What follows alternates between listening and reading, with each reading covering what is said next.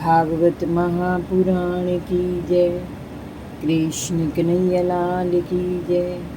राधा रानी की जय। भगवान श्री कृष्ण के सभी भक्तों को राधे राधे, जय श्री कृष्ण। आज मैं आपको सुनाऊंगी भागवत महापुराण में छठा स्कंद में 10वां अध्याय, देवताओं द्वारा दधीचि की अस्थियों से व्रज का निर्माण। श्री सुखदेव जी ने कहा, राजन, देवराज इंद्र को आदेश देकर विश्व विधाता भगवान श्री हरि अंतर ध्यान हो गए। उसके बाद देवराज इंद्र के साथ जाकर सभी देवताओं ने ऋषि दधीचि से याचना की। देवताओं की याचना से ऋषि को बड़ा आनंद हुआ।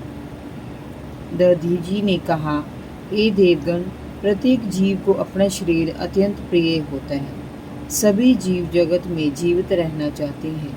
यदि भगवान विष्णु भी किसी से उसका शरीर मांगे तो वह कभी नहीं देगा। वास्तव में मरते समय कहते हैं कि प्राणी को बड़ा कष्ट होता है। देवताओं ने कहा, ऋषिवर, आपका कथन सत्य है। मांगने वाले लोग स्वार्थी होते हैं। वे दूसरे की पीड़ा को कभी नहीं समझते। देने वाले की विवशता को भी वे नहीं समझ पाते।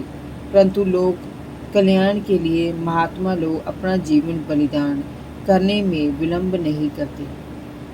आप अत्यंत उदार और प्राणियों द्वारा दया करने वाले हैं। बड़े बड़े मनसवी आपकी प्रशंसा करते हैं। समय श्री हरि ने आपकी प्रशंसा की है और हमें आपके पास भेजा है।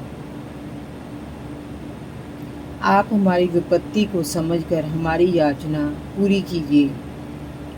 दधीचि ने कहा, हे देवताओं, मैंने तो आपके मुख से धर्म की बात सुनने के लिए ही ऐसा कहा था।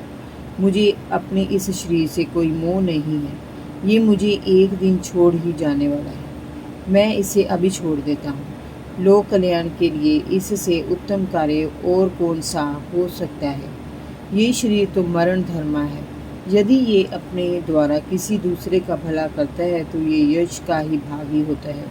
परीक्षित, ऐसा कहकर ऋषि दधीचि ने परब्रह्म परमात्मा में लीन होकर अपने शरीर को त्याग दिया। भगवान की शक्ति पाकर इंद्र का बल पौरुष बहुत बढ़ गया था।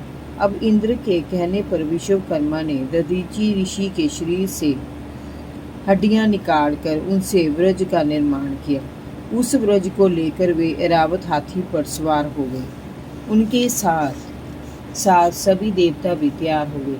बड़े बड़े ऋषि मुनि उनकी स्तुति करने लगे। उसके बाद सभी ने मिलकर वृत्रासुर पर आक्रमण कर दिया। दूसरी ओर से वृत्रासुर ने असुरों की एक बड़ी सेना के साथ उसके आक्रमण का सामना किया। उस समय नर्मदा के तट पर भयानक देवासुर संग्राम हुआ। उस संग्राम में देवताओं की वीरता के सामने असुर टिक नहीं सके और युद्ध भूमि से पीछे हटकर भागने लगे। तब वृत्रासुर ने उन्हें ललकारते हुए कहा, असुरों, भागो मत, मेरी बात सुनो। देखो, एक न एक दिन तो तुम्हें मरना ही है। इस जगत में जिसने जन्म लिया है उसकी मृत्यु निश्चित है। मृत्यु से बचने का कोई उपाय नहीं है। ऐसी स्थिति में यदि मरकर स्वर्ग का सुख प्राप्त हो रहा हो तो हमें युद्ध से पीछे कदापि नहीं हटना चाहिए। संसार में दो प्रकार की मृत्यु को श्रेष्ठ माना गया है।